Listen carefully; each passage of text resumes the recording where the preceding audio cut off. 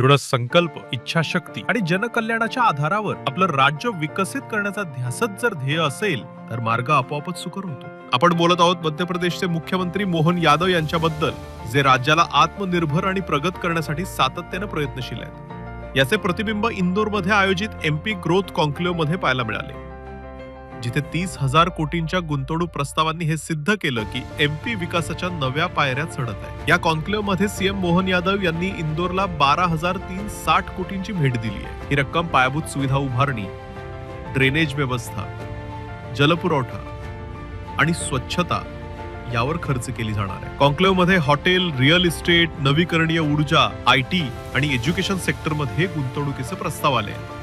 मोहन सरकारचे प्रयत्न दाखवतात की एमपी प्रगतीच्या मार्गावर पुढे चालले, घडत आहे.